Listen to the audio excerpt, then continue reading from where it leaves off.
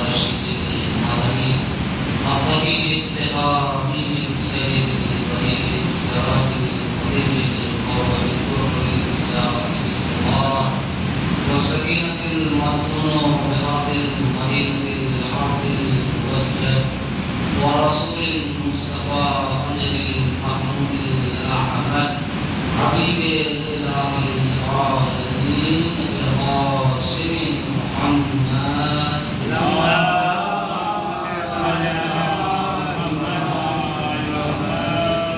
وعلى أهل بيته الطيبين الطاهرين المعصومين المتقين ولعنة الله على أعدائهم أجمعين.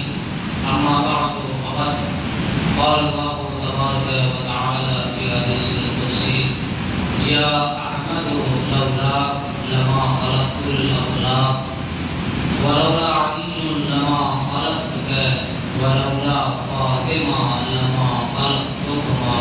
صلاة محمد.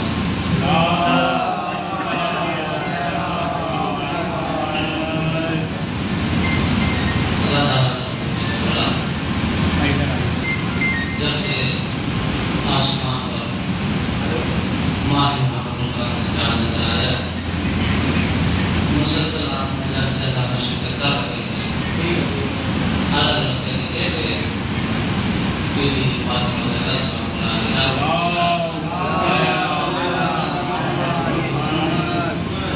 دوسرا پیشہ نہیں ہے جو کہ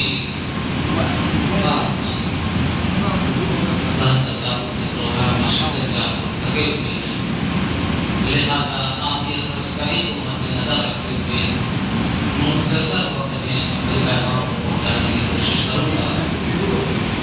آج ہمارے سماج میں، ہمارے معاشرے میں، ہمارے درمیان ایک چیز میں جگہ رکھی ہے جس کا نام ہے اختلاف. دوری، قطع رحمی، انسان کا آپس میں تعلق کو قطع کر دینا. کیوں نہ ایک ایسا معیار اور محور بنایا جائے جس کے بنا پر ایک اتحاد قائم کیا جائے اور اس اتحاد کو ایسا مضبوط بنایا جائے کہ جس میں کوئی رد نہ آ سکے اور اسی عنوان پر اور اسی اتحاد پر ایسی بیعت کی جائے کہ اس بیعت کی زد میں ہر آنے والے انسان کو اگر اس کے مخالف ہے تو اس کا مخالف کہا جائے اور اس کا موافق ہے تو اس کا موافق کہا جائے. تاریخ اسلام میں اگر دیکھا جائے تو ہمارے درمیان دو جگہوں پر اختلاف نظر آتا ہے. پہلا اختلاف اس وقت نظر آیا جب رسول نے کہا کہ لاؤ قلم اور دعوت تاکہ میں تمہارے لیے اپنی وصیت اور تحریر کو لکھ دوں تاکہ تم میرے بعد گمراہ نہ ہو سکو. اس وقت کچھ لوگوں نے کہا حسبنا کتاب اللہ، اللہ کی کتاب ہمارے لیے کافی ہے.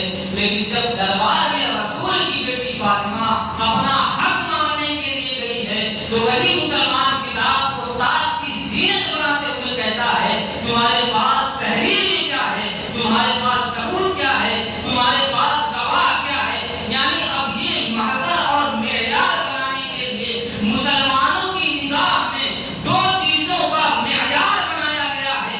ایک کتاب الہی کو معیار بنایا گیا ہے اور ایک تحریر رسول کو، اقوال معصومین کو بنایا گیا ہے.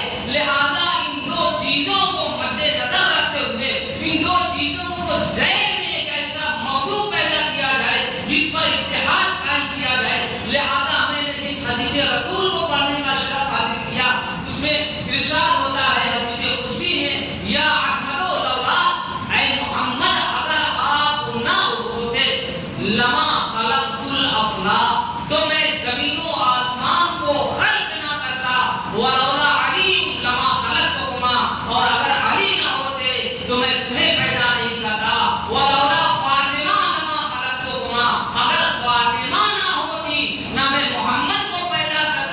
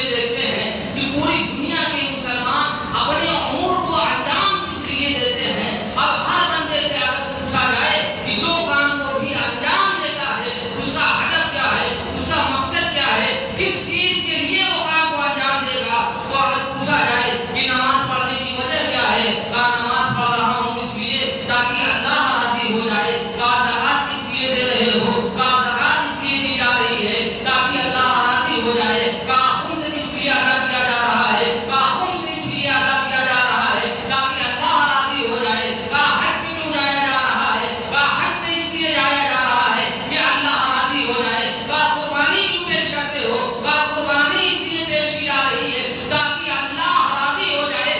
یعنی پتہ یہ چلا پوری دنیا کا مسلمان اپنی زندگی کے تمام کاموں کو انجام دیتا ہے رضایت الہی کے لیے. اب اس رضایت الہی کو معیار بنایا جائے. اب جب تلاش کیا جائے کہ رضایت الہی کیا ہے, تو رسول سے پوچھا گیا یا رسول اللہ آپ بتائیں, تو رسول کہتے ہیں فاطمہ کو بضعۃ منی, فاطمہ میرے جگر کا ٹکڑا ہے. ومن اغضبہا, جس نے فاطمہ کو ناراض کیا فقد اغضبنی, بس اس نے مجھے ناراض کیا. ومن اغضبنی, اور جس نے مجھے ناراض کیا فقد اغضب اللہ, اس نے اللہ کو ناراض کیا. اب یہاں سے سبب دیکھیے, رضایت الہی کا نام ہے رضایت محمد, رضایت محمد کا نام ہے رضایت فاطمہ. اب رسول کے بعد امت مسلمہ کسی کو رضی اللہ کہنا چاہے, کسی کو لعن اللہ کہنا چاہے, تو اس کے لیے رسول کے بعد صرف اور صرف ایک معیار دیکھنا چاہیے. اگر رسول کی بیٹی اس سے راضی ہے تو وہ رضی اللہ ہو جائے گا, اور رسول کی بیٹی اس سے ناراض ہے تو وہ لعن اللہ ہو جائے گا. صلوات پڑھے تو محمد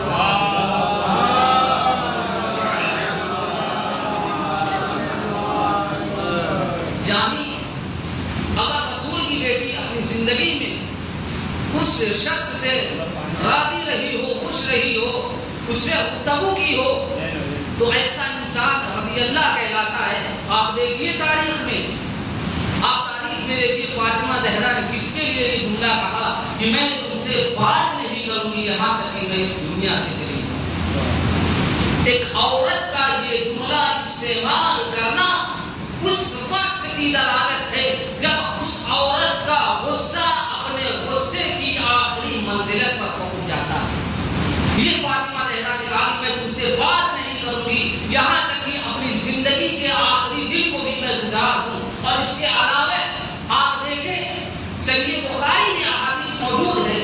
صحیح بخاری میں کسی نے کہا ہے, نام نہیں لوں گا میں, اس نے کہا کاش میں نے اپنی زندگی میں 3 کام نہ کیا ہوتا, جس میں سے ایک کام یہ ہے کاش میں در زہرا آگ اور لکڑی لے کر نہ جاؤں. لہذا اس آگ اور لکڑی کا لے کر جانا بتاتا ہے کہ فاطمہ اس سے ناراض تھی. جناب فاطمہ زہرا کا یہ کہنا بتاتا ہے کہ میں تمہارے سلام کا جواب دینا پسند نہیں کرتی. آپ دیکھیے ایک وجہ یہ بھی تھی, بیوی نے کیوں وصیت کی کہ میرے جنازے میں فلاں فلاں شخص کو نہ لایا جائے. یہ وجہ کیا ہے, وجہ یہ ہے کہ جو جنازے میں شامل ہوتا ہے اس مردے کے ساتھ ساتھ شامل ہونے والے کے گناہوں کو بھی بخش دیا جاتا ہے. لہذا بیوی فاطمہ یہ چاہتی ہے کہ میرے قاتلوں کی اللہ مغفرت نہ کرے, اس لیے بیوی نے کہا میں نہیں چاہتی میرے جنازے میں فلاں فلاں فلاں شخص شامل ہو. اور آپ دیکھیے بیوی فاطمہ زہرا کا مقام کیا ہے,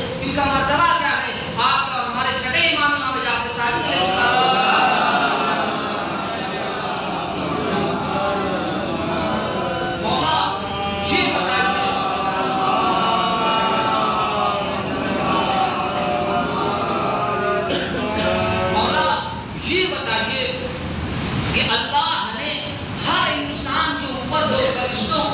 کر رکھا ہے. ایک فرشتہ ایسا ہے جو انسان کی نیکیوں کو لکھتا ہے, اور ایک فرشتہ ایسا ہے جو انسان کی برائیوں کو لکھتا ہے.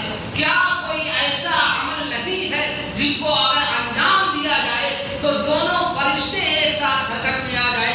آپ کا ہمارے امام ارشاد فرماتے ہیں ایک عمل ایسا ہے کہ جس کو اگر انسان انجام دے گا تو اچھائی والا فرشتہ بھی حرکت میں آ جائے گا اور برائی والا فرشتہ بھی حرکت میں آ جائے گا. کہا مولا وہ کون سا کام ہے؟ مولا کہتے ہیں کہ ہماری جدہ فاطمہ زہرا سلام اللہ علیہا کے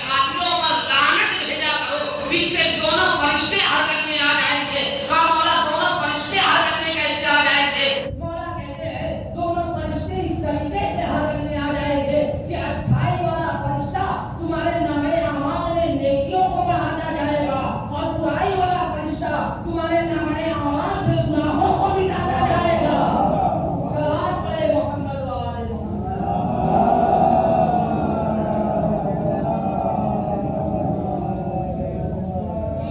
مقام ہے یہ منزلت ہے جناب فاطمہ زہرا سلام اللہ علیہا کی. وقت ہونا کتاب اللہ احادیث کی روشنی میں آپ نے دیکھا کہ رضی اللہ اور ہدایت الہی کا معیار اکبر ذات فاطمہ زہرا سلام اللہ علیہا ہے. لہذا رسول کی ظاہری حیات کے بعد اگر آپ کو رضی اللہ اور ذات اللہ میں فرق کرنا ہو تو صرف اتنا نہیں کیجیے گا رسول کی بیٹی جس سے راضی ہے وہ رضی اللہ ہے اور جس سے ناراض ہے وہ لعنت اللہ ہے. لیکن آئیے ذرا حسبنا کتاب اللہ کی روشنی میں دیکھتے ہیں جو یہ کہتے ہیں کہ نہیں ہم حدیث کو نہیں مانتے ہیں ہمارے لیے قرآن سے دلیل چاہیے. تو آئیے قرآن کی روشنی میں دیکھتے ہیں. خداوند عالم قرآن مجید میں ارشاد فرماتا ہے والسلام علی من اتبع الہدی. سلام ہو ہدایت کی پیروی کرنے والوں پر.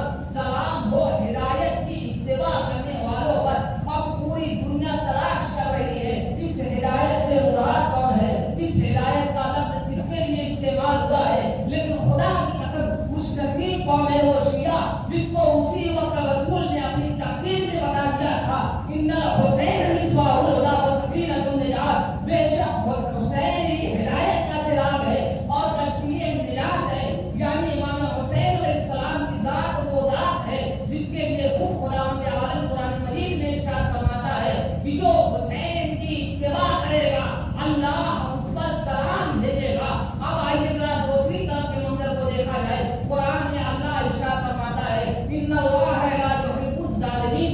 اللہ ظلم کرنے والوں کو پسند نہیں کرتا. جو ظلم کرتے ہیں جو فتنہ و فساد کرتے ہیں اللہ ان کو پسند نہیں کرتا. اب ان آیتوں کو کربلا کے میدان میں آئیے. ایک طرف وہ ذات ہے جس کے لیے اللہ کہہ رہا ہے وہ سلام علی من اتبع الہدی. سلام و ہدایت کی اتباع کرنے والوں پر. جس کے لیے رسول کہہ رہا ہے ان الحسین مصباح الہدی و سفینۃ النجات. بے شک حسین نجات کا چراغ اور کشتی نجات ہے. دوسری طرف وہ ظالم و جابر ہے جس کے لیے اللہ کہہ رہا ہے کہ الا لعنت اللہ علی القوم الظالمین. کیا اللہ نے ظالمین کی قوم پر لعنت نہیں بھیجی ہے؟ اب اللہ لعنت بھیج کر بتا رہا ہے کربلا کے میدان میں. اگر اس کے بعد یہ فرق کرنا ہو کہ رضی اللہ کون ہے اور لعنت اللہ کون ہے تو بس اتنا دیکھیے گا کربلا کے میدان میں جو حسین کے ساتھ ہوگا وہ رضی اللہ ہوگا اور جو یزید کے ساتھ ہوگا وہ لعنت اللہ. صلوات پڑھیے محمد و آل.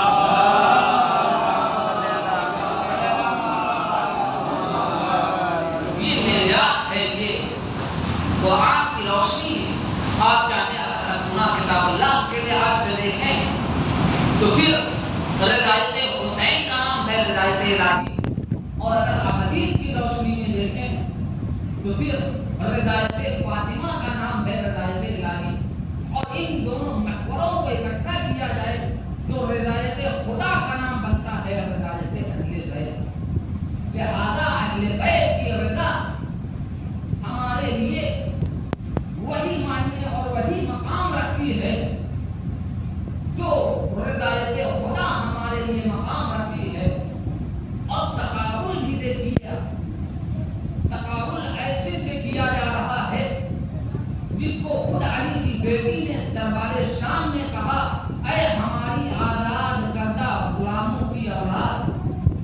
وہ افراد جن کے نسلوں میں شراب کا پانی دوڑ رہا ہے وہ آ رہے ہیں آیت تدبیر میں پڑھنے والے اہل بیت کے گھرانے سے مقابلہ ہے. اللہ نے کیا کہا؟ یہ اللہ کا ارادہ ہے. اللہ اہل بیت سے نجاست کو, گندگی کو, پلیدگی سے دور رکھے گا. اب جو اہل بیت کے در پر نہیں جا رہا ہے وہ یہ نہ سمجھے کہ ہم اہل بیت سے دور ہیں, ہم اہل بیت کو پسند نہیں کرتے, بلکہ اللہ نے یہ پہلے بتا دیا ہے کہ تم نہیں آ رہے ہو کہ تمہیں اللہ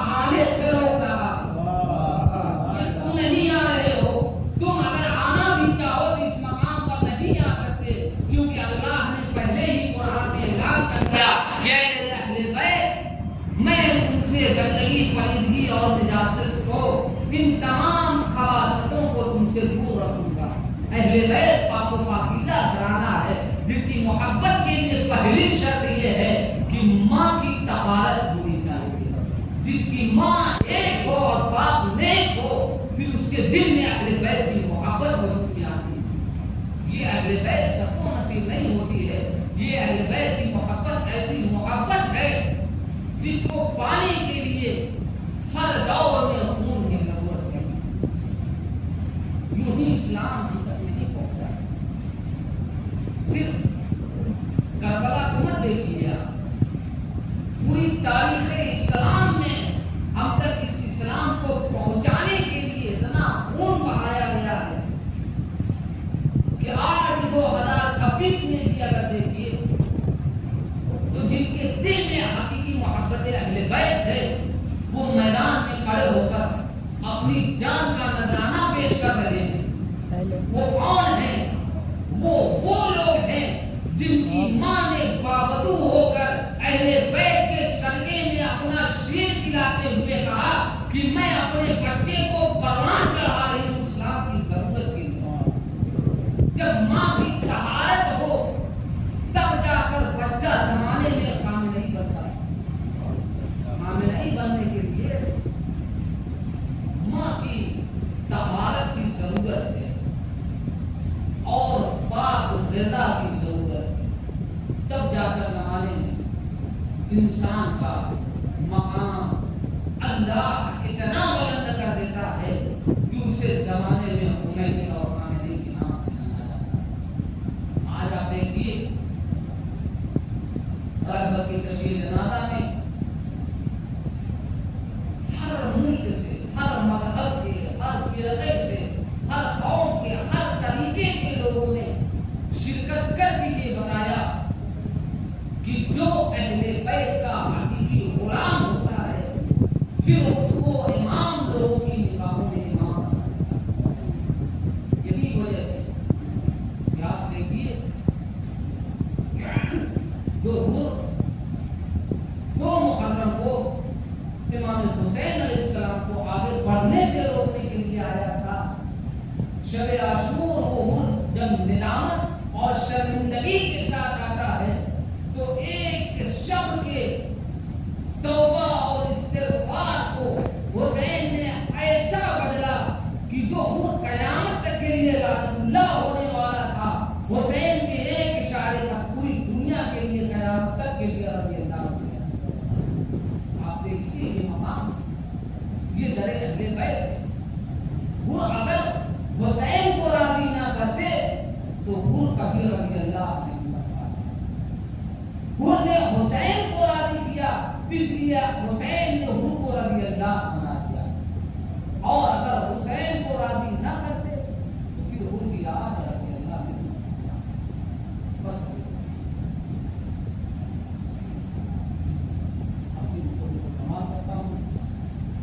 رضایت الہی ایسی رضایت اور محبت ہے جس کے لیے پوری دنیا اپنے امور کو انجام دیتی ہے، لیکن تاریخ اسلام میں ایسے افراد موجود ہیں جس اسلام کے لیے اہل بیت نے اتنا خون دیا ہے، اسی نبی کا کلمہ کے پڑھنے والوں کے نام پر کچھ لوگ ہمارے درمیان ایسے آئے جو حلال محمدی کو حرام بنانا چاہتے تھے اور حرام محمدی کو حلال بنانا چاہتے تھے، لیکن میرا آقا میرا سردار اس میسج کے ساتھ دنیا کے سامنے آتا ہے، انی لم اخرج اشرا ولا وزیرا ولا حسنا ولا عالما وانما خرجت لطلب الاصلاح امت جدید۔ میں نہیں نکل رہا ہوں فتنہ و فساد کے لیے، جوڑ کے لیے، بلکہ میں نکل رہا ہوں اپنے نانا کی امت کی اصلاح کے لیے۔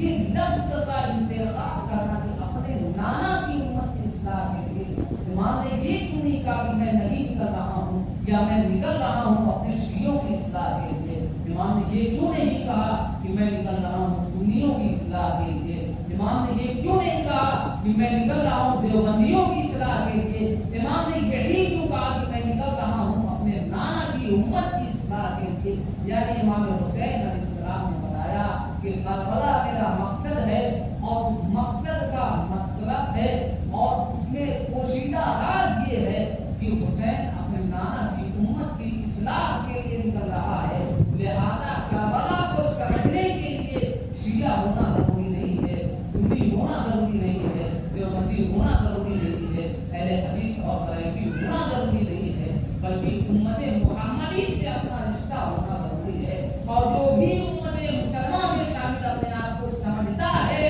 تو پھر اس کو سمجھنا چاہیے کہ قیام امام حسین علیہ السلام اس کے لیے بھی ویسے ہی تھا جیسے فرش ادا پر بیٹھے ہوئے شیعوں کے لیے ہے، لہذا اس کا حق بھی ویسے ہی ہے کہ جس طریقے سے آج شیعہ فرش ادا پر بیٹھ کر غم منا رہے ہیں اس کے اوپر بھی ویسا ہی حق ہے کہ وہ بھی امام حسین علیہ السلام کے قبر شریف کو اور ادائے حسین میں مجالس عطا ہونا ہے۔ یہ ادائے مجالس عطا کبھی نہیں ہوتا، آپ نے مسلسل مجالس عطا سنی ہے، بڑا علوم کرانا، آپ نے مسلسل مسائل سنا، مختصر مسائل پر کام کرنا، عزیزوں یہ گھرانہ اتنا مظلوم گھرانہ ہے کہ جب کربلا کے میدان میں تمام صحابہ و صحابہ شہید ہو گئے، ایک مرتبہ میرا مظلوم آقا حسین خیام حسین میں آتا ہے اور کہتا ہے بہن کا نام خدا ابن کلثوم خدا حافظ، رقیہ خدا حافظ، جیسے کہ امام حسین علیہ السلام خدا حافظ کر کے خیام حسین سے نکلنا چاہتے ہیں، بیویوں نے ایک حلقہ بنا لیا اور امام حسین علیہ السلام کے اطراف میں گریا کرتے رہی۔ ایک مرتبہ جناب زینب آتی ہے اور آ کر کہتی ہے اے آقا حسین، اے خدا حسین، آج آپ ہمیں چھوڑ کر جا رہے ہیں، تم جب فاطمہ کو، جب زینب کو مدینے میں ماں فاطمہ چھوڑ کر گئی تھی تو زینب کو یتیمی کا احساس نہیں ہوا تھا، کیونکہ یہ آسرا تھا کہ ابھی بابا علی کا سہارا ہے۔ جب بابا علی ہمیں چھوڑ کر گئے تھے تو زینب کو یتیمی کا احساس نہ ہوا تھا کہ ابھی ہمارا بھیا حسین اور بھیا حسن زندہ ہے۔ جب بھیا حسن ہمیں چھوڑ کر گئے تھے تو پھر وہ آسرا تھا ابھی ہمارا بھیا حسین زندہ ہے، لیکن اے میرے والیو وارث، اے بھیا حسین، آج آپ چھوڑ کر جا رہے ہیں تو زینب کو ایسا محسوس ہو رہا ہے، آج زینب ماں فاطمہ سے جدا ہو رہی ہے، آج زینب اپنے بابا علی سے جدا ہو رہی ہے، آج زینب اپنے بھائی حسن سے جدا ہو رہی ہے، ارے آج زینب کو ایسا لگ رہا ہے کہ آج زینب کی بھائی دنیا اجڑ رہی ہے۔ اگر آپ کو کوئی غم نہ سوائے ہمیں مظلوم کربلا کے، اگر آج مولا خیمے سے باہر آئے، مجھے نہیں پتا مولا کیسے خیمے سے باہر آئے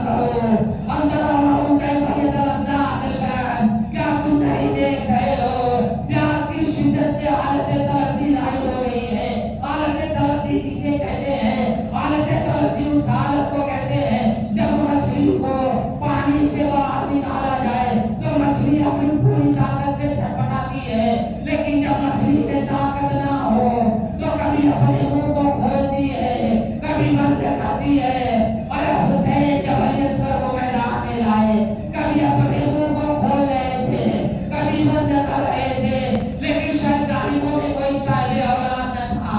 اور علی اصغر کو پانی نہ ملا, لیکن دو روایت ہے.